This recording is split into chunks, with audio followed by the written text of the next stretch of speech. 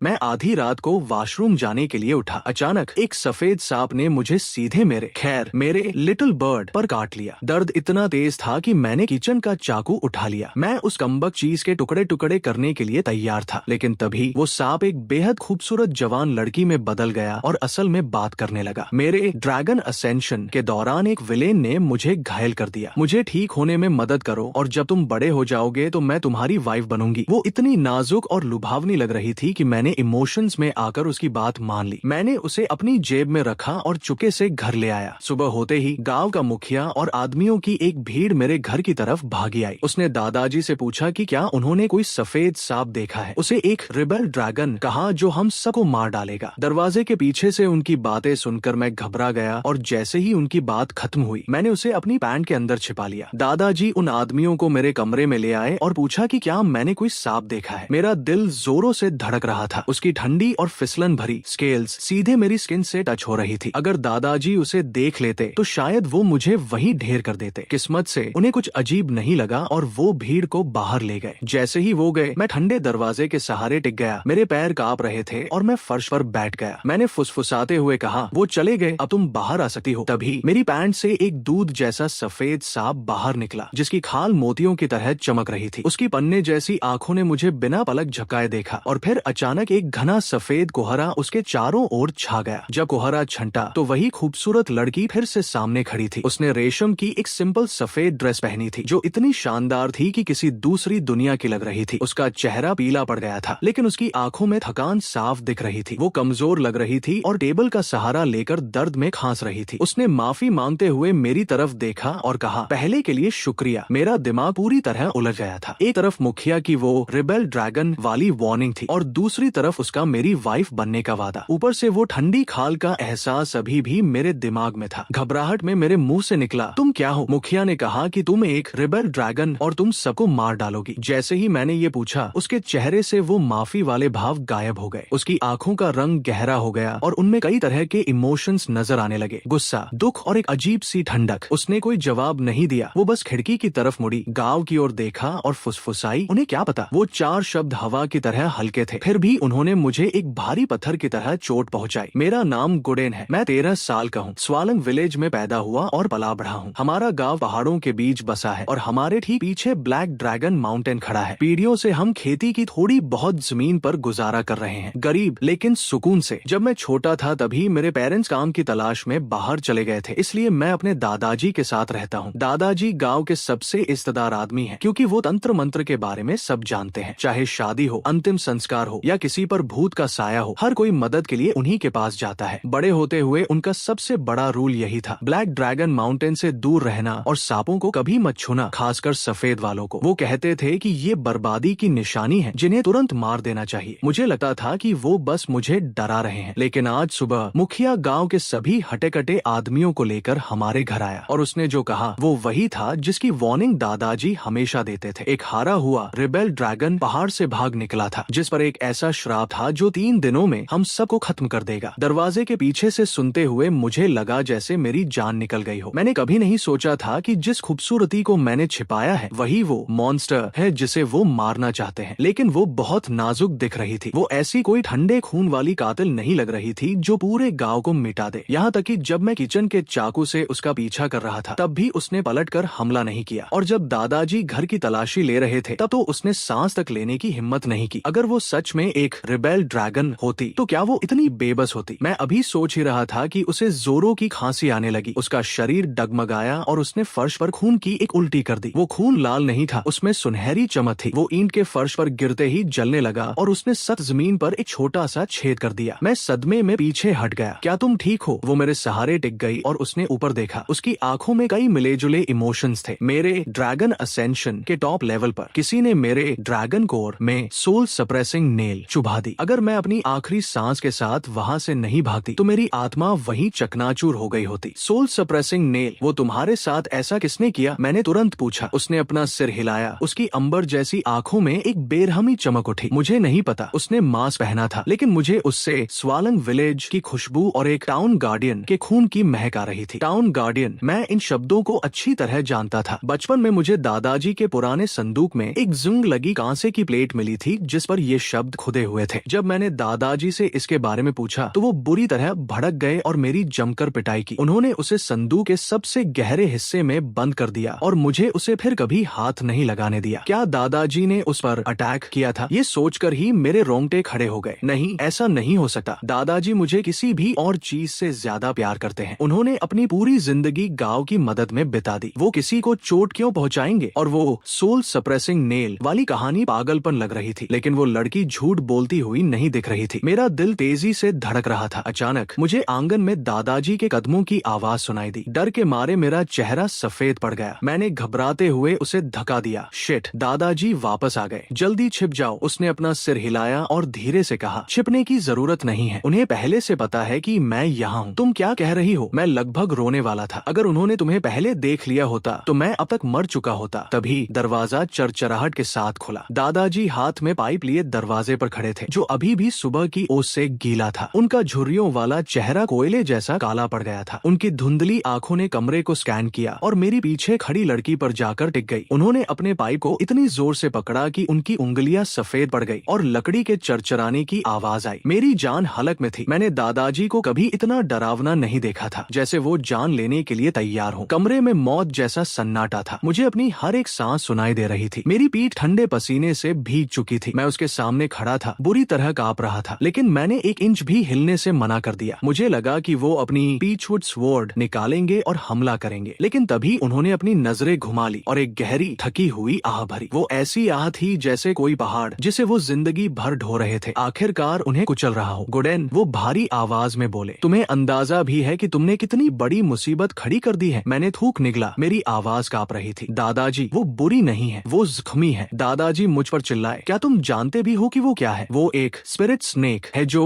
Dragon ascension की कोशिश कर रही है। क्या तुम्हें पता है कि स्वालंग विलेज क्या है? ये ड्रैगन लॉकिंग अरे का केंद्र है। एक ड्रैगन यहाँ बस ऐसे ही कदम नहीं रख सकता। जिस पल उसने यहाँ एंट्री ली, वो सील कमजोर होने लगी। अगर वो टूट गई तो मीलों तक हर कोई इसके साथ दफन हो जाएगा। मैं जम गया और मैंने पीछे मुड़कर उस लड़की को देखा। वो मेरे पीछे से बाहर निकली और बिना किसी डर के दादाजी की आंखों में आंखें डालकर बोली, शिनशुई, 12वीं पीढ़ी के गार्डियन, बच्चे से झूठ बोलना बंद करो। तुम किसी भी और से बेहतर जानते हो कि यह अरे किसे कैद करता है। मैं इसे तोड़ने नहीं आई थी, मैं इसे मजबूत करने आई थी। लेकिन तुम पूरी जिंदगी यहाँ की रखवाली करते रहे और तुम्हें भनक तक नहीं लगी कि तुम्हारी नाक के नीचे कोई इसकी बुनियाद के साथ छेड़छाड़ कर रहा है। दादाजी के चेहरे के भाव तुरंत बदल गए। उन्होंने उसे घूर कर देखा। तुमने क्या कहा? वो एक कदम आगे बढ़ी। उसकी आवाज बर्फीली थी। मैं ब्लैक ड्रैगन माउंटेन पर ड्रैगन की लाश के पास असेंड कर रही थी जब किसी ने मेरे कोर को चीर दिया। उसके पास एक गार्डियन का खून था। चिन फैमिली ही आखिरी गार्डियन ब्लड लाइन बची है। तुम मुझे बताओ, तुम्हारे अलावा और किसके पास वो खून है? दादाजी लड़खड़ाए और उनका पाइप फर्श पर गिर गया। वो उसे अटक देखते रहे। उनके चेहरे पर भावनाओं का तूफान था। एक लंबी खामोशी के बाद वो आखिरकार बुदबुदाए, नामुमकिन, टाउन गार्डियन ब्लड लाइन हर पीढ़ी में केवल एक ही पुरुष वारिस को मिलती है। मेरे पिता का सिर्फ मैं था। मेरा सिर्फ गुडेन के पिता थे और गुडेन के पिता का सिर्फ गुडेन है। हम तीनों के अलावा किसी और के पास चिन ब्लड लाइन नहीं है। तो फिर गुडेन के पिता के बारे में क्या ख्याल है? उस लड़की ने अचानक पूछा। जैसे ही उसने ये पूछा, दादाजी के चेहरे के भाव अचानक बदल गए, जैसे उसने उनकी किसी दुखती रग पर हाथ रख दिया हो। उन्होंने मेज पर जोर से हाथ मारा। खबरदार, अगर तुमने उस नालायक का नाम भी लिया तो। मेरा दिल बैठ गया। मेरे पिता, उनके बारे में मेरी यादें सिर्फ एक धुंधली तस्वीर जैसी थी। जब मैं 5 साल का था तब वो और मेरी माँ काम की तलाश में गांव छोड़कर चले गए थे। शुरू में वो पैसे भेजते थे और हर साल फोन करते थे, लेकिन फिर ये कम होता गया और 3 साल पहले वो पूरी तरह गायब हो गए। मैंने कई बार दादाजी से पूछा कि वो कहाँ गए, लेकिन वो हमेशा गुस्सा हो जाते थे। क्या उनके साथ कुछ बुरा हुआ था? मैंने दादाजी की तरफ देखा और डरते हुए पूछा, दादाजी, मेरे पिता कहाँ हैं? दादाजी मुझे अटक देखते रहे। उनके होंठ कांपे और एक लंबी खामोशी के बाद उन्होंने गहरी आह भरी और हाथ हिलाते हुए कहा, मत पूछो, वो मर चुका है। मैं सुन्न रह गया। मेरा दिमाग पूरी तरह सुन्न हो गया। भले ही मुझे उनकी याद कम ही थी, पर मुझे हमेशा यकीन था कि वो कहीं दूर काम कर रहे हैं और एक दिन घर जरूर आएंगे। लेकिन अब दादाजी कह रहे थे कि वो मर चुके हैं। मैंने लड़खड़ाती आवाज में पूछा, कैसे? 3 साल पहले वो छिपकर ब्लैक ड्रैगन माउंटेन पर गया था। उसने ड्रैगन लॉकिंग अरे के साथ छेड़छाड़ करने की कोशिश की और बैकलैश की वजह से मारा गया। दादाजी की आवाज शांत थी, लेकिन उनके हाथ कांप रहे थे। मैंने तुमसे हजारों बार कहा है कि उस पहाड़ से दूर रहना। तुम्हारे पिता ने बात नहीं मानी और उसे अपनी जान गंवानी पड़ी। मैं दंग रह गया। मेरे पिता पहाड़ पर छिपकर गए थे, अरे से छेड़छाड़ की और मर गए। क्या उस लड़की पर हमला करने वाला वाला आदमी मेरे पिता हो सकते थे, पर दादाजी ने कहा कि वो मर चुके हैं, जब तक कि वो जिंदा न हो। ये सोचकर ही मेरे रोंगटे खड़े हो गए। अचानक बाहर से शोर शराबे की आवाजें आने लगी, साथ ही डरे हुए जानवरों की आवाजें भी। किसी ने हमारे गेट को जोर जोर से पीटा और चिल्लाया, ओल्ड मैन शन, कुछ बहुत बुरा हुआ है। दादाजी और वो लड़की दोनों पीले पड़ गए। दादाजी ने अपना पाई पकड़ा और फुसफुसाए, गुडेन, इसे छिपाओ, चाहे कुछ भी हो जाए, बाहर मत आना, समझे? मैंने तेजी से सिर हिलाया और लड़की को खींचकर बेड के नीचे ले गया। वहाँ कबाड़ भरा था, पर 2 लोगों के लिए जगह काफी थी। जैसे ही हम अंदर गए, दादाजी बाहर निकले और दरवाजा बंद कर दिया। उन्होंने उसे बाहर से लॉक भी कर दिया। हम उस तंग जगह में एक दूसरे से सटे हुए थे। उसकी ठंडी बॉडी मेरी पतली शर्ट के जरिए मुझसे टच हो रही थी। मुझे उससे पहाड़ों के ताजा झरनों जैसी खुशबू आ रही थी, जिसमें हल्की सी खून की महक मिली हुई थी। मेरा दिल तेजी से धड़क रहा था। मैंने बेड के फ्रेम से अपना कान सटाया और बाहर हो रहे हंगामे को सुनने लगा। क्या बात है, इतना पैनिक क्यों है? दादाजी ने पूछा। ओल्ड मैन शुन, वो ओल्ड वोंग का घर, एक आदमी चिल्लाया। उसकी आवाज कांप रही थी। उसके आंगन की सारी मुर्गियां मर गई हैं। उनका सारा खून चूस लिया गया है। हर गर्दन पर 2 छोटे छेद हैं, बिल्कुल सांप के काटने जैसे। मेरा दिल धड़कना भूल गया और मैंने अनजाने में लड़की की तरफ देखा। उसकी भौहें तन गई और उसकी अंबर जैसी आंखों में गंभीरता थी। उसने अपना सिर हिलाया और बिना आवाज के इशारा किया। ये मैंने नहीं किया। बाहर से आवाजें आती रहीं। डरे हुए गांव वाले भी उस शोर में शामिल हो गए। सिर्फ ओल्ड वोंग ही नहीं, ओल्ड ली की गाय भी मर गई है। पेट में छेद करके उसका खून निकाल लिया गया है। और कुएं का पानी, मैं आज सुबह पानी लेने गया था और वो सब बर्बाद हो गया है। वो सड़न की बदबू से गंदा हो चुका है। जरूर यह उसी रिबेल ड्रैगन का काम है। मुखिया सही कह रहा था, वो दरिंदा हम सबको मारने आया है। भीड़ चिल्लाने लगी। हर कोई सफेद सांप को मारने की मांग कर रहा था। मेरी जान हलक में थी और हथेलियां पसीने से भीग गई थी। जगह इतनी कम थी कि हम लगभग एक दूसरे में सिमटे हुए थे। मैंने महसूस किया कि उसका शरीर अकड़ गया और उसकी सांसें तेज होने लगी। उसने मेरे कान के पास झुकर फुसफुसाया, नहीं, सील ढीली हो रही है। ब्लैक ड्रैगन की इविल एनर्जी बाहर निकल रही है। इससे पहले कि मैं पूछ पाता कि उसका क्या मतलब है, मुखिया की भारी आवाज ने पूरे आंगन को हिला दिया। ओल्ड मैन शुन, तुमने सुना? वो जानवर मवेशियों को मार रहा है। हमें सच बताओ, क्या वो सांप तुम्हारे घर में है? उसे हमारे हवाले कर दो ताकि हम उसे मारकर गांव को बचा सके। अगर तुम उसे बचाते रहे तो तुम हम सबको मौत की सजा दे रहे हो। दादाजी दहाड़े, मैंने अपनी पूरी जिंदगी इस गांव की रखवाली की है। मैं ऐसी किसी चीज को क्यों छिपाऊंगा जो इसे नुकसान पहुंचाए? यहाँ कोई सफेद सांप नहीं है। ये बेबुनियाद इल्जाम लगाना बंद करो। ऐसा है क्या? मुखिया ने उपहास करते हुए कहा। जब हमने पहले तलाशी ली थी तब तुम अपने पोते के कमरे में काफी देर तक रुके थे। कौन कह सकता है कि तुमने उसे वहाँ नहीं छिपाया? बेवकूफ मत बनो। चिन, क्या एक जानवर की जान इस गांव के हर इंसान की जान से ज्यादा कीमती है? दादाजी ने फिर कहा। मैंने कहा ना, यहाँ कुछ नहीं है। दादाजी की आवाज में सख्ती थी। अगर तुम्हें मुझ पर यकीन नहीं है तो फिर से तलाशी ले लो, लेकिन मैं चेतावनी दे रहा हूँ, अगर तुम्हें कुछ नहीं मिला तो तुम्हें मेरे परिवार और मेरे पोते से हाथ जोड़कर माफी मांगनी होगी। बाहर सन्नाटा छा गया। बेड के नीचे मेरा दिल सीने से बाहर आने को था। मैंने उस लड़की का हाथ कसकर पकड़ लिया। उसका हाथ ठंडा था पर उसमें एक स्थिरता थी। उसने बदले में मेरा हाथ दबाया और दिलासा देने के लिए धीरे से मेरी उंगलियों को थपथपाया। काफी देर बाद मुखिया की आवाज फिर से गूंजी, जिसमें एक अजीब सी कड़वाहट और दुश्मनी थी। ठीक है ओल्ड मैन शुन, हम आखिरी बार तुम पर भरोसा कर रहे हैं, लेकिन मेरी बात याद रखना, अगर कुछ भी और हुआ, चाहे वो सफेद सांप तुम्हारे घर में हो या ना हो, हम तुम्हारे परिवार को ही जिम्मेदार मानेंगे। तुम गार्डियन हो। अगर तुम इस बुराई को नहीं रोक सकते तो तुम्हें अपनी जान देकर इसकी कीमत चुकानी होगी। भीड़ गालियां देते हुए चली गई। आखिरकार हमने चैन की सांस ली और रेंगते हुए बाहर आए। मैं पसीने से तरबतर था और मेरे पैर इतने कमजोर हो गए थे कि खड़ा होना मुश्किल था। मैं बेड पर बैठ गया और लड़खड़ाते हुए पूछा, ये ब्लैक जियाओ क्या है? ये सील क्या है? प्लीज मुझे सब कुछ बताओ। वो खिड़की के पास गई और गांव की ओर देखने लगी। एक लंबी खामोशी के बाद वो मुड़ी और धीरे धीरे बोलने लगी। उसने मुझे स्वालंग विलेज की एक ऐसी कहानी सुनाई जो मैंने पहले कभी नहीं सुनी थी। पता चला कि हमारा गांव पहाड़ों में कोई साधारण जगह नहीं था। ये एक ड्रैगन लॉकिंग अरे का केंद्र था, जिसे हजारों साल पहले एक महान मास्टर ने बनाया था। ये अरे एक 3000 साल पुराने काले गोवो को कैद करता है, एक ऐसा क्रूर दरिंदा जिसने कभी बाढ़ लाकर हजारों लोगों को मार डाला था। वहाँ से गुजर रहे एक महान संत से लोगों का दुख देखा नहीं गया, इसलिए उन्होंने ये ड्रैगन लॉकिंग अरे बनाया। उन्होंने उस काले GOW को ब्लैक ड्रैगन माउंटेन के नीचे ड्रैगन पूल में गहरा दफन कर दिया। उन्होंने इस सील की रक्षा करने और उस दरिंदे को भागने से रोकने के लिए टाउन गार्डियंस की एक पीढ़ी पीछे छोड़ दी। उसका नाम बुशी था। वो कोई रिबेल ड्रैगन नहीं थी, बल्कि वो खुद उस अरे की आध्यात्मिक शक्ति थी। इस अरे को असरदार बनाए रखने के लिए उसे स्पिरिट वेन की जरूरत होती है। हर 100 साल में बुशी को इसे मजबूत करने के लिए असेंड करना पड़ता था। हर असेंशन इस सील में नई जान फूंक देता था। इस साल उस 100 साल के चक्र का अंत था। वो ड्रैगन पूल में असेंड कर रही थी कि तभी अचानक एक घुसपैठिया वहाँ घुस आया। उसने ब्लैक जियाओ के खून से सनी एक सोल सप्रेसिंग नेल का इस्तेमाल करके उसके ड्रैगन कोर को चीर दिया और पूरी प्रोसेस को तबाह कर दिया। वो अपनी आखिरी ताकत बटोर कर वहाँ से भागी और जंगलों से होती हुई गांव तक पहुंची, जहाँ वो मुझसे टकरा गई। उस कील का जहर उसे अंदर ही अंदर खा रहा था। उसने अपनी 90% पावर खो दी थी। बुशी ने अपनी अंबर आंखों से मेरी तरफ देखा। सिर्फ एक गार्डियन का खून ही उस बुराई को खत्म कर सकता है और मेरे कोर को पोषण दे सकता है। मैंने तुम्हें चोट पहुंचाने के लिए नहीं काटा था। मैंने तुम्हारे साथ एक ब्लड पैक्ट करने के लिए ऐसा किया ताकि तुम्हारी ब्लड लाइन का इस्तेमाल करके मैं अपनी आत्मा को बचा सकूं। इस ब्लड पैक्ट का क्या मतलब है? दादाजी ने कहा था कि अगर तुम मरी तो मैं भी मर जाऊंगा। हाँ, उसने सच छिपाए बिना सिर हिलाया। एक बार जुड़ने के बाद हमारी जानें एक है। हम साथ जिएंगे और साथ मरेंगे। अगर मेरा कोर टूट गया तो तुम्हारी आत्मा भी गायब हो जाएगी, लेकिन अगर मैं असेंड करके सील को ठीक कर देती हूँ तो मैं इस समझौते को तोड़ सकती हूँ और तुम्हें एक लंबी जिंदगी दे सकती हूँ। और मैं अपनी जुबान की पकी हूँ। जब तुम बड़े हो जाओगे तो मैं तुम्हारी वाइफ बनूंगी। ये कहते हुए उसके गाल हल्के से लाल हो गए। मेरा दिल एक बार फिर जोर से धड़का। मेरा चेहरा शर्म से जलने लगा और मैंने तुरंत अपनी नजरें फेर ली। लेकिन तुम पर हमला किसने किया? मैंने पूछा। तुमने कहा कि उसके पास गार्डियन का खून था, लेकिन दादाजी कहते हैं कि वो खून सिर्फ उनके और मेरे पास है। मैंने तो ऐसा नहीं किया और दादाजी कभी करेंगे नहीं। तो फिर कौन? बुशी ने अपनी भौहें सिकोड़ी और सिर हिलाया। मुझे सिर्फ गार्डियन के खून और उस जियाओ की बदबू आई थी। उसने मास्क पहना था, पर मुझे पता है कि वो इसी गांव में है। वही मवेशियों को मार रहा है और कुएं में जहर मिला रहा है। वो भीड़ को भड़काकर मुझे बाहर निकालने की कोशिश कर रहा है। मेरी रीढ़ की हड्डी में एक सिहरन दौड़ गई। गद्दार हमारे बीच ही छिपा था, शायद कोई ऐसा जिसे मैं जानता था। वो उसे फंसा रहा था, पूरे गांव को उसके खिलाफ कर रहा था ताकि वो लोग उसे उसके लिए मार दे। पर क्यों? उसका मकसद क्या था? अगर वो मर गई तो अरे फेल हो जाएगा, सील टूट जाएगी और वो काला जी और डब्ल्यू आजाद हो जाएगा। कोई उस राक्षस को आजाद क्यों करना चाहेगा? मैं अभी ये समझने की कोशिश कर ही रहा था कि दरवाजा खुला। दादाजी अंदर आए। वो एक ही सुबह में 10 साल बूढ़े लग रहे थे। उनके बाल और भी सफेद लग रहे थे। वो मेज पर बैठे और भारी आवाज में बोले, तो ये सच है, किसी ने अरे के साथ छेड़छाड़ की है, किसी ऐसे ने जिसके अंदर हमारा खून है। बुशी ने सिर हिलाया। सोल सप्रेसिंग नेल पर मौजूद वो निशान झूठ नहीं बोलते। इसमें गार्डियन के सिग्नेचर है। चिन शुई, तुमने अपनी पूरी जिंदगी इस जगह की रखवाली की है। क्या तुम्हें सच में अंदाजा नहीं हुआ कि इसकी फाउंडेशन कमजोर हो गई है? दादाजी सहम गए। मुझे 3 साल पहले ही पता चल गया था। मैंने महसूस किया था कि एनर्जी बदल रही है। पहाड़ से आने वाली बुराई बढ़ती जा रही थी। मैंने 3 साल तक अरे के एक इंच की तलाशी ली, पर कुछ नहीं मिला। मुझे लगा कि ये 100 साल पुरानी सील के नेचुरल कमजोर होने की वजह से है। मैंने कभी गद्दार के बारे में नहीं सोचा था। और तुम्हें कभी शक नहीं हुआ कि गांव में किसी और के अंदर तुम्हारा खून हो सकता है? दादाजी ने सख्ती से सिर हिलाया। नामुमकिन। ये ब्लड लाइन एक धागे की तरह है। हम तीनों के अलावा कोई और नहीं है। तो क्या आपने कभी ये नहीं सोचा कि चिनिमो शायद मरा ही न हो? उसकी आवाज धीमी थी, पर ये शब्द किसी बम की तरह कटे। दादाजी का चेहरा गुस्से से एकदम लाल हो गया। वो मेज पर हाथ मारकर खड़े हो गए और कांपते हुए उसकी तरफ उंगली उठाई। तुम ये क्या बकवास कर रही हो? मैंने अपनी आंखों से उसकी लाश देखी थी। उसकी हड्डियां बैकलैश से चकनाचूर हो गई थी। वो जिंदा कैसे हो सकता है? बुशी ने उनकी आंखों में सच तलाशते हुए कहा, शुई, तुम पूरी जिंदगी यहाँ के रक्षक रहे हो। तुम्हें किसी भी और से बेहतर पता होना चाहिए कि जियाओ की एनर्जी भ्रम पैदा कर सकती है और चेहरे बदल सकती है। क्या तुम्हें यकीन है कि तुमने उस वक्त जिसे देखा था वो सच में चिनिमो ही था? दादाजी का शरीर डगमगाने लगा। उनके होंठ कांप रहे थे। पहली बार उनका यकीन डगमगाया था। मैं वही बैठा रहा। मेरा दिमाग उलझनों का जाल बन गया था। क्या मेरे पिता सच में जिंदा हो सकते थे? अगर हाँ, तो वो कहाँ थे? पहाड़ से किसकी लाश लाई गई थी? क्या वो गद्दार मेरे पिता ही थे? तभी बाहर से एक रोंगटे खड़े कर देने वाली चीख सुनाई दी, जो पहले से कहीं ज्यादा तेज और डरावनी थी। कोई मर गया है। ओल्ड मैन सुन, जल्दी आओ। लैन मर गया है। ये बहुत भयानक है। मेरा दिल बैठ गया। लैन गांव का एक अकेला रहने वाला आदमी था। वो थोड़ा आवारा जरूर था, पर दिल का बहुत साफ था और मुझे टॉफियां दिया करता था। वो कैसे मर सकता है? दादाजी का चेहरा मुर्दे जैसा सफेद पड़ गया। वो झटके से उठे और दरवाजे की तरफ भागे। मैंने पीछे जाने की कोशिश की, पर बुशी ने मेरा हाथ जोर से पकड़ लिया। उसने गंभीर होकर सिर हिलाया। मत जाओ, ये सेफ नहीं है। वो शख्स बाहर हमारा इंतजार कर रहा है ताकि हम खुद सामने आ सके। मैंने रुकर खिड़की से देखा। देखते ही देखते पूरे गांव में कोहराम मच गया। रोने, चीखने और गालियों का शोर एक साथ गूंज रहा था। गांव वाले शहर के किनारे की तरफ भाग रहे थे। उनके चेहरों पर दहशत थी। ऐसा लग रहा था जैसे उन्होंने सच में कोई शैतान देख लिया हो। करीब 1 घंटा भारी सन्नाटे में बीता। दादाजी वापस आए। जब उन्होंने दरवाजा खोला तो मेरी चीख निकल गई। उनका चेहरा चादर जैसा सफेद था, उनका शरीर कांप रहा था और उनसे खून की बदबू आ रही थी। दादाजी, लैन कैसे मरा? मैं उन्हें सहारा देने के लिए दौड़ा। उन्होंने मुझे उस डर से देखा जो मैंने पहले कभी नहीं देखा था। उसका शरीर काले स्केल्स से ढका था, ठीक वैसे ही जैसे 50 साल पहले पीड़ितों का हुआ था जब सील पहली बार ढीली हुई थी। 50 साल पहले मैंने बुशी की तरफ देखा। उसका चेहरा भी बहुत गंभीर हो गया था। वो एक कदम आगे बढ़ी और तनाव भरी आवाज में बोली, तो 50 साल पहले भी ऐसा हुआ था। दादाजी ने सिर हिलाया। उनकी आवाज फटी हुई थी। 50 साल पहले सील कमजोर हुई थी और जियाओ की बुरी एनर्जी बाहर आ गई थी। 2 हफ्तों में 17 लोग मरे थे और सब ऐसे ही दिखते थे। आखिर में मेरे पिता यानी गुडेन के परदादा ने सील को मजबूत करने और गांव को बचाने के लिए अरे को अपने खून की बलि दी थी। दादाजी ने बुशी की तरफ देखा। उनकी आंखों में बेबसी थी। बुशी, मुझे बताओ, सील कितनी खराब हो चुकी है? क्या वो काला गियाओ आजाद होने वाला है? बुशी काफी देर तक चुप रही, फिर बोली, जब उस कील ने मेरे कोर भेदा तो मैंने सील में एक दरार महसूस की। अगर मैं 3 दिनों के अंदर अपना असेंशन पूरा करके सील को मजबूत नहीं कर पाई तो वो काला जियाओ पक्का बाहर निकल आएगा। और जब ऐसा होगा तो न केवल स्वालंग विलेज बल्कि मीलों तक हर जिंदा चीज खत्म हो जाएगी। सिर्फ 3 दिन बचे थे। मैंने दादाजी और फिर बुशी की तरफ देखा। मेरा सिर इस सब के बोझ से चकरा रहा था। मैं सिर्फ 13 साल का बच्चा था। मैंने कभी नहीं सोचा था कि पूरे गांव की जान एक दिन मेरे कंधों पर होगी। काफी देर बाद दादाजी ने बुशी की तरफ देखा और उनकी नजरों में एक दृढ़ संकल्प था। ठीक है, मैं तुम्हारी मदद करूंगा। तुम्हें जो चाहिए मैं दूंगा। बस उस सील को मजबूत कर दो, गांव को बचा लो, मेरे पोते को बचा लो। बुशी ने दादाजी की तरफ देखा और सिर हिलाया। मुझे 3 चीजें चाहिए। पहली, एक टाउन गार्डियन का खून यानी गुडेन का खून। मुझे उस कील की बुराई को साफ करने और अपने ड्रैगन कोर को रिपेयर करने के लिए उसका खून चाहिए। दूसरी, चिन फैमिली का खानदानी गार्डियन टोकन। सिर्फ वही टोकन ड्रैगन पूल के घेरे को खोल सकता है ताकि मैं अंदर जाकर अपना ट्रांसफॉर्मेशन पूरा कर सकूं। तीसरी, मुझे जरूरत है कि आप गांव वालों और उस गद्दार को रोकर रखें। मुझे अपनी शक्ति वापस पाने और असेंड करने के लिए 3 दिन का समय दें। दादाजी एक सेकंड के लिए भी नहीं हिचकिचाए। ठीक है, कोई बात नहीं, मैं तुम्हें अभी टोकन दे सकता हूँ। जहाँ तक गुडेन के खून की बात है, जब तक उसकी जान को खतरा न हो तुम जितना चाहो उतना खून ले सकती हो। मैं गांव वालों और उस मास्टरमाइंड को संभालूंगा, चाहे इसके लिए मुझे अपनी जान ही क्यों न देनी पड़े। मैं तुम्हें वो 3 दिन दिला कर रहूंगा। दादाजी, मैं चिल्लाया। वो मुड़े और धीरे से मेरा सिर थपथपाने के लिए हाथ बढ़ाया। उनके होठों पर एक मुस्कान थी, असीम ममता भरी मुस्कान, लेकिन उसमें एक ऐसी विदाई थी जिसे मैं तब समझ नहीं पाया था। गुडेन, तुम चिन परिवार के वंशज हो, 13वीं पीढ़ी के टाउन गार्डियन। एक रक्षक सिर्फ धातु के टुकड़े या ठंडे अरे की रक्षा नहीं करता, हम लोगों की, परिवारों की और अपने घर की रक्षा करते हैं। अब तक मैं ये बोझ तुम्हारे लिए उठा रहा था, पर अब तुम्हारी बारी है। मेरी नाक सुलगने लगी और आंखों में आंसू भर आए। मैंने अपने दांत भींचे और सिर हिलाया। मैं समझ गया दादाजी, मैं डरा हुआ नहीं हूँ, मैं आपके साथ हूँ। दादाजी मुस्कुराए, अंदर के कमरे की तरफ मुड़े और वो लकड़ी का संदूक खोला जिसे उन्होंने मुझे छूने से हमेशा मना किया था। सबसे नीचे से उन्होंने लाल कपड़े में लिपटी एक चीज और एक पीचवुड स्वॉर्ड निकाली। अंदर एक बगुया मिरर और कई पीले ताबीज भी थे। उन्होंने लाल कपड़ा हटाया तो एक हथेली के आकार की कांसे की प्लेट निकली। वो जुंग लगी थी और उस पर बारीक नकाशी के साथ बीच में टाउन गार्डियन शब्द खुदे हुए थे। यही वो टोकन था। दादाजी ने वो बुशी को सौंपा और गंभीरता से कहा, इसे ले लो, इसके साथ तुम ड्रैगन लॉकिंग अरे की ताकत को कंट्रोल कर सकती हो। बुशी ने टोकन लिया। उसकी उंगलियां धातु पर बनी नकाशी को छू रही थी। उसकी आंखों में कई तरह के भाव आए और उसने दादाजी को देकर सिर हिलाया। शुक्रिया। अचानक गेट पर जोरदार प्रहार हुआ जो पहले से कहीं ज्यादा तेज और हिंसक था और भीड़ की दहाड़ में सब डूब गया। चिनशुई, दरवाजा खोलो। मुखिया की आवाज कयामत की गूंज की तरह बाहर से आई। लैन मर चुका है, ये तुम्हारे उसी कमबख्त सांप का काम है। उसे हमारे हवाले कर दो वरना हम तुम्हें और तुम्हारे पोते को अंदर रखकर इस घर को जला देंगे। इसे जला दो, उस जानवर को मार डालो, लैन की मौत का बदला लो। हवा उनके गुस्से और डर से भारी हो गई थी। मैं पीला पड़ गया, मेरे हाथ कांप रहे थे और मैंने दादाजी की शर्ट का कोना कसकर पकड़ लिया। दादाजी ने मुझे अपने पीछे छिपा लिया। उनका चेहरा एकदम शांत था और उन्होंने अपनी पीचवुड स्वॉर्ड को मजबूती से पकड़ लिया। गुडेन को पीछे के रास्ते से ले जाओ, उन्होंने बुशी से फुसफुसाकर कहा। ड्रैगन पूल की तरफ बढ़ो, मैं इन्हें रोक रखूंगा। याद रखना, तुम्हारे पास असेंड करने और उस सील को ठीक करने के लिए सिर्फ 3 दिन है। जाओ। दादाजी, नहीं, मैं आपके साथ रुकूंगा। आंसुओं ने तुरंत मेरी नजर धुंधली कर दी। मेरी बात सुनो, दादाजी चिल्लाए। उनकी आंखें लाल थी। तुम्हें जाना होगा, तुम हमारे वंश की आखिरी निशानी हो। अकेले तुम ही इसकी मदद कर सकते हो। अगर तुम मर गए तो ये गांव सच में तबाह हो जाएगा। उन्होंने अपना खुरदरा अंगूठा बढ़ाकर मेरे आंसू पोंछे और उनकी आवाज अचानक नरम हो गई। गुडेन, मैंने इस जिंदगी में गांव की रखवाली के अलावा और कुछ नहीं किया। मैं तुम्हारे पिता के मामले में फेल हो गया। मैं उसे सही रास्ते पर नहीं रख पाया। मैं तुम्हें भी नहीं खोऊंगा। ड्रैगन पूल जाओ। जब तुम वापस आओगे तो मैं तुम्हारे लिए वो ब्राउन शुगर राइस केक्स बनाऊंगा जो तुम्हें बहुत पसंद है। मैं अपनी सिसकियां नहीं रोक पा रहा था। बुशी आगे बढ़ी और उसने मेरा हाथ थाम लिया। उसने दादाजी को देकर मजबूती से सिर हिलाया। शिनशुई, मैं वादा करती हूँ जब तक मेरी सांस चलेगी मैं इसकी रक्षा करूंगी। सील ठीक हो जाएगी। दादाजी थोड़ा मुस्कुराए, फिर मुड़े और हाथ में तलवार लेकर गेट की तरफ बढ़ गए। बाहर से गेट पीटने की आवाज अब बहरा कर देने वाली थी। लकड़ी का गेट चरमरा रहा था और दबाव की वजह से उसके टुकड़े उड़ने लगे थे। बुशी मुझे आंगन के पिछले हिस्से की तरफ खींच ले गई, जहाँ दीवार के कोने में एक छोटा सा छेद छिपा हुआ था। मैंने इसे बरसों पहले लुका छिपी खेलने के लिए खोदा था। मैंने कभी नहीं सोचा था कि यही मौत के जाल से बचने का हमारा इकलौता रास्ता होगा। वो पहले रेंग कर बाहर निकली, फिर मुझे खींचने के लिए हाथ बढ़ाया। मैंने आखिरी बार अपने घर की तरफ मुड़कर देखा। मुझे गेट के टूटने की आवाज आई और फिर दादाजी की ललकार और भीड़ की खून की प्यासी चीखें सुनाई दी। मुझे ऐसा लगा जैसे मेरा दिल सीने से बाहर निकाला जा रहा हो। चलो, हमारे पास वक्त नहीं है, बुशी ने मुझे आगे खींचते हुए फुसफुसाकर कहा। मैंने अपने दांत भींचे और मक्के के खेतों से होते हुए ब्लैक ड्रैगन माउंटेन की काली परछाई की तरफ दौड़ लगा दी। सूरज ढल रहा था और पहाड़ों की चोटियों पर लंबी डरावनी परछाइयां बन रही थी। वो पहाड़ किसी बैठे हुए दरिंदे जैसा लग रहा था, जिसका मुंह हमें निगलने के लिए खुला हो। हम जंगलों के काफी अंदर चले गए। बुशी अब भी कमजोर थी, उसके कदम डगमगा रहे थे, लेकिन उसने एक बार भी मेरा हाथ नहीं छोड़ा। पहाड़ के रास्ते बहुत ढलान वाले और कांटों से भरे थे। मेरी पैंट फट चुकी थी और झाड़ियों की वजह से मेरे हाथों पर खून के खरोंच आ गए थे, पर मुझे दर्द महसूस नहीं हो रहा था। मेरे कानों में बस दादाजी के आखिरी शब्द और उस गुस्साई भीड़ की आवाजें गूंज रही थी। 1 घंटे बाद घना अंधेरा छा गया। पहाड़ की रात इतनी काली थी कि मुझे अपना हाथ तक दिखाई नहीं दे रहा था। पेड़ों के बीच से चांद की हल्की सी रोशनी छनकर आ रही थी और कीड़ों की लगातार गूंजती आवाजें सन्नाटे को चीर रही थी। हवा पतों के बीच से सीटी बजाती हुई गुजर रही थी और कभी कभी अनजाने जानवरों की डरावनी आवाजें रोंगटे खड़े कर रही थी। अचानक बुशी रुकी और पास की एक वैली की तरफ इशारा किया। ड्रैगन पूल वहीं अंदर है। मैंने वहां देखा। वो घाटी किसी काले गड्ढे जैसी लग रही थी। मुझे पानी के बहने की हल्की आवाज और एक ऐसी सड़ी हुई बदबू आई कि मेरा जी मिचलाने लगा। तभी बुशी के चेहरे के भाव बदल गए। उसने फुर्ती से मुझे एक विशाल पेड़ के पीछे खींच लिया और मेरे मुंह पर हाथ रख दिया, जिसका मतलब था बिल्कुल खामोश। मैं वहीं जम गया। मैंने देखा कि कुछ लोग मशाले लिए हमारी तरफ ही आ रहे थे। सबसे आगे गांव का मुखिया था और उसके पीछे 4 गुंडे थे जिनके हाथों में कुल्हाड़ी और चाकू थे। मुखिया जी, क्या हम सच में अंदर जा रहे हैं? ये घाटी तो फॉरबिडन है, यहाँ से कोई वापस नहीं आता। चुकर, मुखिया जहरीली आवाज में बोला। उस सांप ने जरूर लड़के को इसी घाटी में छिपाया होगा। हम उन्हें यही पकड़कर खत्म कर देंगे। एक बार वो सांप मर जाए और लॉर्ड ब्लैक जियाओ आजाद हो जाए तो हमें उतनी दौलत मिलेगी जितनी तुम सोच भी नहीं सकते। लॉर्ड ब्लैक जियाओ। मैंने और बुशी ने अंधेरे में एक दूसरे को चौंक कर देखा। गद्दार सिर्फ कोई आम गांव वाला नहीं था, वो खुद मुखिया था। वो उस राक्षस को आजाद करने की कोशिश कर रहा था। पर मुखिया जी, अगर ब्लैक जियाओ हमें भी खा गया तो? एक गुंडे ने हकलाते हुए पूछा। बेवकूफ, मुखिया ने उसे लात मारते हुए कहा। मेरे पूर्वजों ने उसकी सेवा की है। लॉर्ड ब्लैक जियाओ ने मुझसे वादा किया है कि अगर मैं सील तोड़ दूंगा तो वो मुझे अमर कर देंगे। मैं इस गांव पर राज करूंगा और फिर कोई मुझे नीची नजर से नहीं देखेगा। मेरे शरीर में एक सिहरन दौड़ गई। दादाजी सही थे। मुखिया उस जियाओ के राक्षसी गुलामों का वंशज था जो अपनी पूरी जिंदगी इसी पल के इंतजार में था। पर उस गार्डियन के खून का क्या जो बुशी ने बताया था? मुखिया तो चिन परिवार का नहीं है, फिर उसके पास वो खून कहाँ से आया? तभी वो फिर बोला। उसकी आवाज में एक घिनौनी संतुष्टि थी। मैंने सब प्लान किया था। 3 साल पहले मैंने चिन शुई के उस निकम्मे बेटे को पहाड़ों में फुसलाया, उसका खून निकाला और उससे ये कीले बनवाई। एक गार्डियन का खून ही उस सांप की स्पिरिट वेन को भेज सकता है। इसी तरह मैंने एक ही वार में उसके कोर को चकनाचूर कर दिया। मेरा दिमाग सुन्न हो गया, जैसे मुझ पर बिजली गिर गई हो। मेरे पिता किसी अरे के वार से नहीं मरे थे। मुखिया ने उनका कत्ल किया था। उसने मेरे पिता के खून का इस्तेमाल उन कीलों को बनाने के लिए किया था। इसीलिए उनमें हमारे परिवार का एहसास था। मेरे खून में उबाल आने लगा। मैं गुस्से से कांपने लगा और मेरी मुठिया इतनी जोर से खिंच गई कि नाखूनों से खून निकलने लगा। बुशी ने मेरा हाथ कसकर पकड़ा और चुप रहने का इशारा किया ताकि मैं कोई बेवकूफी न कर बैठूं। मैंने अपने दांत भींचे और उस दर्द के बीच उनकी बातें सुनता रहा। मुखिया जी, क्या हम सच में उसे हरा पाएंगे? वो एक स्पिरिट स्नेक है जो ड्रैगन बनने वाली है, एक गुंडे ने धीरे से कहा। डरने की क्या बात है? मुखिया ने मजाक उड़ाते हुए कहा। मैंने उसका कोर तोड़ दिया है। वो अब बिना दांत वाली शेरनी है। एक घटिया मजाक। मेरे पास लॉर्ड जियाओ की दी हुई ब्लैक स्पिरिट ब्लेड और भी कई कीले हैं। बस एक और वार और उसकी आत्मा हमेशा के लिए खत्म हो जाएगी। मुखिया और उसके गुंडों ने अपनी मशाले ऊपर की और घाटी के और अंदर चले गए। जैसे ही उनकी परछाइयां ओझल हुई और रोशनी फीकी पड़ी, बुशी ने आखिरकार मेरे मुंह से अपना हाथ हटाया। मैं खुद को रोक नहीं सका। मेरी आंखों से आंसू बहने लगे और मैंने फुसफुसाते हुए कहा, उसने मेरे पिता को मारा है, मैं उसे मार डालूंगा। मुझे पता है तुम उससे नफरत करते हो, बुशी ने मेरे आंसू पोंछते हुए कहा, लेकिन उसके पास वो कीले और वो कर्स्ड ब्लेड। हम जल्दबाजी नहीं कर सकते। अगर हम अभी बाहर गए तो हम बदला नहीं ले पाएंगे, बल्कि अपनी जान गंवा देंगे। हमें ड्रैगन पूल तक पहुंचना ही होगा। एक बार मुझे मेरी क्षति वापस मिल जाए और मैं असेंड कर लूं, तो मैं उस मुखिया और ब्लैक जियाओ को खुद देख लूंगी। मैंने अपने दांत भींचे और सिर हिलाया। वो सही थी। मैं सिर्फ 13 साल का बच्चा था। मैं 5 जवान आदमियों से नहीं लड़ सकता था। मुझे अपने पिता का बदला लेने और गांव को बचाने के लिए उसके ठीक होने का इंतजार करना ही था। चलो ड्रैगन पूल चलते हैं। बुशी मेरा हाथ पकड़कर सावधानी से आगे बढ़ने लगी। घाटी में एकदम घुप अंधेरा था। बाहर के जंगल से भी कहीं ज्यादा काला। वो सड़ी हुई बदबू अब बर्दाश्त से बाहर हो रही थी, जिससे मुझे चक्कर आने लगे। मुझे पानी के बहने की हल्की आवाज और एक गहरी कड़कड़ाती गूंज सुनाई दी। ये गहराई से आ रही थी, जिससे जमीन थरथरा रही थी। ये ब्लैक GOW था। उसे पता चल गया था कि हम यहाँ हैं। आधे घंटे बाद हम घाटी के बीचों बीच पहुँच गए। हमारे सामने एक विशाल काला पूल था। वो बहुत बड़ा था। उसका पानी स्याही जैसा काला और अपारदर्शी था, जो सारी रोशनी को निगल रहा था। आसपास के पत्थरों पर ड्रैगन लॉकिंग अरे की बारीक और टूटी फूटी लकीरें खुदी हुई थी, जो गंदगी से सनी थी। यही ड्रैगन पूल था। वो धीमी और लयबद्ध गूंज सतह के काफी नीचे से आ रही थी। हर धमाका मेरे कान के पर्दों को झकझोर रहा था, जैसे कोई चीज पाताल से ऊपर आने की कोशिश कर रही हो। मैंने आसपास देखा। मुखिया या उसकी मशालों का कोई निशान नहीं था। वो छिपे हुए थे, हमारे सामने आने का इंतजार कर रहे थे। बुशी ने सतर्क होकर चारों ओर देखा। करीब रहना, इस जियाओ की नफरत हर तरफ फैली है और अरे का बैकलैश जानलेवा है। एक गलत कदम और तुम खत्म। मैंने तेजी से सिर हिलाया और उसकी बगल में एक साई की तरह चिपक गया। वो मुझे पूल के किनारे ले गई और उसने गार्डियन टोकन निकाला। जैसे ही उसने उसे ऊपर उठाया, चांद की रोशनी धातु पर पड़ी और वो एक शानदार सुनहरी रोशनी के साथ चमक उठा। जैसे ही टोकन जला, आसपास के अरे की लकीरें एक एक करके चमकने लगी, जिससे पूल के चारों ओर रोशनी का एक रास्ता बन गया। सुनहरी रोशनी उन नकाशियों में फैल गई और वो स्याही जैसा काला पानी एक हल्की सफेद चमक के साथ जगमगाने लगा। अचानक पानी में धमाका हुआ। काले पानी की एक धार तीर की तरह सीधे बुशी की तरफ निकली। बचो, मैं चिल्लाया और उसे एक तरफ धक्का दे दिया। वो काला तीर उसके कंधे के पास से सरसराता हुआ निकल गया। वो हमारे पीछे की चट्टान से एक कान फाड़ देने वाली आवाज के साथ टकराया। उस टक्कर से चट्टान में एक बड़ा छेद हो गया और पत्थर के टुकड़े हर तरफ उड़ने लगे। बुशी ने खुद को संभाला। उसका चेहरा पीला था और वो उस उबलते हुए काले पानी को देख रही थी। एक आकृति धीरे धीरे गहराई से ऊपर उठी, जिसके हाथ में एक डरावनी काली तलवार थी और चेहरे पर एक टेढ़ी मुस्कान। वो मुखिया था। उसके चारों गुंडे चट्टानों के पीछे से बाहर निकल आए और उन्होंने हमें पूरी तरह घेर लिया। बुशी, हम फिर मिले। मुखिया ने पानी के ऊपर खड़े होकर घमंड के साथ कहा, मुझे पता था तुम यहाँ आओगी। मैं बहुत समय से तुम्हारा इंतजार कर रहा था। बुशी ने मुझे अपने पीछे छिपा लिया। उसकी आंखें मुखिया पर टिकी थी, जिनसे एक जानलेवा ठंडक निकल रही थी। तुम वही हो जिसने 3 साल पहले चिनमो का कत्ल किया था। तुम वही हो जिसने मुझ पर घात लगाकर हमला किया और मेरी असेंशन को रोका। हाँ, वो मैं ही था। मुखिया हंसा। उसकी आवाज अहंकारी जीत के साथ गूंजी। वो बूढ़ा बेवकूफ चिनशुई पूरी जिंदगी इस कचरे की रखवाली में लगा रहा। मुझे नीची नजर से देखता रहा, जैसे मेरी कोई औकात ना हो। मैं उसका ये अरे तबाह कर दूंगा और लॉर्ड जियाओ को आजाद कर दूंगा। मैं उसके बेटे को मार चुका हूँ, अब उसके पोते को मारूंगा और चिन वंश को हमेशा के लिए खत्म कर दूंगा। वो तड़प तड़प कर मरेगा। तुम राक्षस हो, मैं चिल्लाया। मेरा पूरा शरीर गुस्से से कांप रहा था। मेरे पिता ने तुम्हारा क्या बिगाड़ा था? तुमने उन्हें क्यों मारा? कुछ नहीं किया था। मुखिया ने थूका। उसकी आंखों में सदियों पुरानी नफरत थी। अगर तुम्हारे परिवार की वजह से नहीं होता तो मेरा परिवार इस गड्ढे में कैद नहीं होता। मैं लॉर्ड जियाओ के साथ ऐशो आराम की जिंदगी जी रहा होता। तुम्हारा परिवार मेरा दुश्मन है। उसे वही मिला जिसका वो हकदार था। उसने अपनी काली तलवार ऊपर उठाई और अपने आदमियों पर दहाड़ा। इन्हें मार डालो। लड़के के टुकड़े टुकड़े करके मछलियों को खिला दो। लड़की को पकड़ो। मैं खुद उसके दिल में वो सोल सप्रेसिंग नेल उतारूंगा। चारों गुंडे चिल्लाए और अपनी कुल्हाड़ियों के साथ हमारी तरफ लपके। बुशी ने मुझे पीछे धकेल दिया। तभी अचानक उसके चारों ओर एक घना सफेद कोहरा छा गया। वो एक विशाल सफेद सांप में बदल गई, जिसकी खाल चांदनी में ठंडे स्टील की तरह चमक रही थी और उसकी अंबर जैसी आंखों में गुस्सा उबल रहा था। एक जोरदार धमाके के साथ उसने अपनी पूंछ जमीन पर दे मारी, जिससे पत्थर हवा में उड़ने लगे। गुंडे डर के मारे इधर उधर भागने लगे, लेकिन एक बहुत धीमा था। पूंछ उसे जाकर लगी और वो सीधे चट्टान से जा टकराया, जहाँ वो तुरंत ढेर हो गया। बाकी 3 गुंडे पीले पड़ गए। उनकी हिम्मत जवाब दे गई और उन्होंने भागने की कोशिश की, लेकिन तभी मुखिया ने अपनी चाल चली। वह पानी से उछला। उसकी काली तलवार सीधे सांप के सबसे नाजुक हिस्से 7 इंच मार्क पर निशाना साधे हुए थी। उस तलवार से एक गंदी और खूनी एनर्जी निकल रही थी। वह साफ तौर पर एक बहुत ही ताकतवर शापित हथियार था। बुशी ने ऐन वक्त पर अपने विशाल शरीर को घुमाया ताकि वार उसके शरीर के बगल में लगे। वो टक्कर ऐसी थी जैसे निहाई पर हथौड़ा चला हो। तलवार उसकी खाल से टकराई और चिंगारियां निकलने लगी। उसके मुंह से दर्द भरी फुसफुसाहट निकली और उस वार की ताकत से उसका विशाल शरीर डगमगाने लगा। उसकी दूध जैसी सफेद खाल पर एक गहरा जख्म हो गया। उस जख्म से काली और चिपचिपी एनर्जी रिसने लगी। तुम्हारा कोर टूट चुका है बुशी। अब तुम्हारे पास 10% पावर भी नहीं बची है। मुखिया पागलों की तरह हंसा। उसने एक और काली सोल सप्रेसिंग नेल निकाली। आज मैं तुम्हारी आत्मा को हमेशा के लिए खत्म कर दूंगा। वो आगे झपटा और कील का निशाना सीधे उसके सिर पर लगाया। मैंने कुछ सोचा नहीं, बस रिएक्ट किया। मैंने एक भारी पत्थर उठाया और मुखिया की तरफ दौड़ पड़ा। मैंने अपनी पूरी ताकत लगाकर पत्थर उसके सिर के पीछे दे मारा। पत्थर चकनाचूर हो गया और मुखिया लड़खड़ा गया। वो मुड़ा। उसकी आंखों में कातिलाना गुस्सा था। वो किसी कोने में फंसे जानवर जैसा लग रहा था। ओ छोटे चूहे, अब तू गया। वो दहाड़ा और अपनी काली तलवार मुझ पर चला दी। तलवार इतनी तेज थी कि मैं पलक भी नहीं झपका पाया। मैंने अपनी आंखें बंद कर ली। मुझे यकीन था कि ये मेरा अंत है, लेकिन वार मुझ पर नहीं हुआ। इसके बजाय मुझे एक गहरी चोट की आवाज और पत्थर पर खाल के घिसटने की आवाज आई। मैंने आंखें खोली। बुशी मेरे सामने कूद गई थी। वो काली तलवार उसके शरीर में गहराई तक धंसी हुई थी। उसका काला खून उबल रहा था और जैसे ही वो जमीन पर गिरा, वहाँ से धुआं निकलने लगा। बुशी, मैं चिल्लाया। मेरी आंखों में आंसू भर आए। जाओ, उसकी आवाज मेरे दिमाग में गूंजी, जो बहुत कमजोर और बेबस थी। पूल तक पहुंचो। अरे को एक्टिवेट करने के लिए अपने खून का इस्तेमाल करो। नहीं, मैं तुम्हें छोड़कर नहीं जाऊंगा। मैं सिसकने लगा। मेरी बात सुनो, उसने फुसफुसाते हुए कहा। अगर तुम मर गए तो सब खत्म हो जाएगा। गांव, तुम्हारे दादाजी, सब कुछ। जाओ। उसी पल मुखिया ने अपनी तलवार बाहर खींची और फिर से सोल सप्रेसिंग नेल उठाई। इस बार निशाना उसका सिर था। मेरा दिमाग सुन्न हो गया। मैंने अपनी उंगली मुंह में डाली और जितनी जोर से हो सके काट लिया। खून निकलने लगा। मुझे याद आया उसने क्या कहा था। मेरा खून एक गार्डियन का शुद्ध खून था। ये बुराई को साफ कर सकता था और अरे को ताकत दे सकता था। मैंने अपनी खून से सनी उंगली जमीन पर बनी उन पुरानी नकाशियों पर जोर से दबा दी। जैसे ही मेरा खून पत्थर से टच हुआ, पूरा ड्रैगन पूल एक अंधी कर देने वाली सुनहरी रोशनी से जगमगा उठा। अरे से सुनहरी किरणें एक विशाल जाल की तरह निकली और मुखिया को तुरंत जकड़ लिया। वह चीखने लगा क्योंकि वो रोशनी उसे जला रही थी और उसकी काली एनर्जी सफेद धुएं में बदल रही थी। तलवार और कील जमीन पर गिर पड़े। नामुमकिन, तुम सिर्फ एक बच्चे हो। तुम इस महान अरे को कैसे एक्टिवेट कर सकते हो? मुखिया चिल्लाया और हाथ पैर मारने लगा, लेकिन उस सुनहरी रोशनी ने उसे और कस लिया, जिससे उसकी हड्डियां टूटने लगी। मैंने हैरानी से देखा कि ड्रैगन पूल के पानी में अचानक विशाल लहरें उठने लगी। बुशी एक चमकती सफेद रोशनी में घिर गई और पूल के बीचों बीच तैरने लगी। उसका सांप वाला रूप बदलने लगा। उसके सिर से मूंगे कोरल जैसे सींग निकल आए। उसके शरीर से 4 नुकीले पंजे उगाए और उसकी खाल चमकते हुए सोने में बदल गई। उसका विशाल शरीर और भी फैल गया और आसमान में काले बादल जमा हो गए। बिजली कड़कने लगी। बैंगनी रंग की बिजली पूल पर गिरी, जिससे पूरी घाटी हिल गई। हेवनली ट्रिब्यूलेशन, ईश्वरीय परीक्षा शुरू हो चुकी थी। बुशी अब एक ड्रैगन में बदल रही थी। उसने एक ऐसी शानदार दहाड़ लगाई जो पूरी घाटी में गूंज उठी और उसके दिव्य दबाव ने वहाँ बची हुई सारी बुरी एनर्जी को तुरंत खत्म कर दिया। उस सुनहरी जाल में फंसा हुआ मुखिया वो दहाड़ सुनकर बुरी तरह डर गया और उसका चेहरा मुर्दे जैसा सफेद पड़ गया। नहीं, नामुमकिन है, मुखिया हकलाते हुए बोला। वो अभी भी असेंड कैसे कर सकती है? लॉर्ड जियाओ, मुझे बचाइए। लॉर्ड जियाओ, वो पागलों की तरह पूल की गहराइयों की तरफ चिल्लाया। अचानक पूल के नीचे से एक जमीन हिला देने वाली दहाड़ गूंजी, जो सदियों पुराने गुस्से से भरी थी। पानी एकदम कोयले जैसा काला हो गया और पाताल से काली एनर्जी का एक विशाल सैलाब ऊपर की ओर फटा। वो सीधे बुशी से टकराया। ब्लैक जियाओ अपनी कैद तोड़कर बाहर निकल रहा था। बुशी हवा में मुड़ी और उसने भी पलटकर पूरी ताकत से दहाड़ लगाई। उसके मुंह से चांदी जैसी सफेद ड्रैगन ब्रेथ की एक किरण निकली, जो उस काली एनर्जी से टकराई और एक भयानक ब्लास्ट हुआ। पूरी घाटी ढहती हुई महसूस हो रही थी और चट्टानों से बड़े बड़े पत्थर गिरने लगे। उस शॉक वेव ने मुझे पीछे की ओर फेंक दिया और मैं सख्त जमीन पर जा गिरा। मेरी आंखों के सामने धुंधलापन छा गया और मैं लगभग बेहोश हो गया। जब मुझे होश आया तो मैंने देखा कि एक चांदी का ड्रैगन और एक ब्लैक जियाओ खूनी संघर्ष में उलझे हुए थे। बुशी उस 1000 साल पुराने दरिंदे से लड़ रही थी। वह काला जियाओ आकार में बुशी से भी बड़ा था। उसके शरीर पर काले छिलके थे जिनसे खूनी धुंध निकल रही थी और उसकी आंखें कत्ल के इरादे से जल रही थी। उसके विशाल पंजों ने बुशी को बार बार चीर डाला। बुशी अभी अभी असेंड हुई थी और पहले से ही जख्मी थी। वो उस प्राचीन राक्षस का मुकाबला नहीं कर पा रही थी। कुछ ही देर की लड़ाई के बाद उस जियाओ ने अपना पंजा बुशी पर दे मारा, जिससे वो दर्दनाक चीख के साथ पूल के किनारे आ गिरी। बुशी, मैं चिल्लाया और उसकी तरफ रेंगने की कोशिश की, पर मैं डर के मारे जम गया था। उस काले जियाओ का विशाल सिर पानी से ऊपर उठा। उसकी खून जैसी लाल आंखें मुझ पर टिकी थी। उसने अपना मुंह खोला ताकि काली एनर्जी की बौछार मुझ पर कर सके। मैं दहशत में था, हिलने की ताकत भी नहीं बची थी। ठीक उसी पल घाटी के प्रवेश द्वार से एक सुनहरी रोशनी चमकी और उसने मुझे उस वार से बचा लिया। वह एक बगुया मिरर था। मैं पीछे मुड़ा और देखा, वहाँ दादाजी खड़े थे। उनके कपड़े फटे हुए थे और खून से लथपथ थे, लेकिन उनकी नजरें अटल थी। उनके चेहरे पर एक गहरा घाव था, फिर भी उन्होंने उस शीशे को मजबूती से थामे रखा था और उस राक्षस की जानलेवा एनर्जी को रोक रहे थे। दादाजी, मैं सिसक पड़ा। मेरी आंखों से आंसू बहने लगे। डरो मत गुडेन, दादाजी यहाँ है। वह दहाड़े। उन्होंने हवा में कई पीले ताबीज टैलिस्मान्स फेंके जो तुरंत सुनहरी लपटों में बदल गए और काले जियाओ की तरफ बढ़े। लेकिन जैसे ही वो उस राक्षस के ऑरा से टकराए, बुझ गए। उस जानवर ने अपनी कातिल निगाहें दादाजी की तरफ घुमाई और दहाड़ लगाई। उसकी विशाल पूंछ किसी गिरते हुए पहाड़ की ताकत के साथ उनकी तरफ बढ़ी। दादाजी बचो, मैं चिल्लाया। उन्होंने बचने की कोशिश की, पर वो बहुत धीमे थे। तभी बुशी जमीन से उछली और उसने जियाओ की पूंछ को जोर से काट लिया। एक जबरदस्त झटके के साथ उसने उस विशाल जानवर को चट्टान की ओर फेंक दिया, जिससे पत्थर चकनाचूर हो गए। चिनशुई, गुडेन को लेकर यहाँ से जाओ, मैं इसे रोकूंगी। बुशी ने पूरे इरादे के साथ चिल्लाकर कहा, नहीं, तुम अभी अभी असेंड हुई हो, तुम उसका मुकाबला नहीं कर पाओगी। दादाजी वापस दहाड़े। मैं इस अरे की आध्यात्मिक शक्ति स्पिरिट वेन,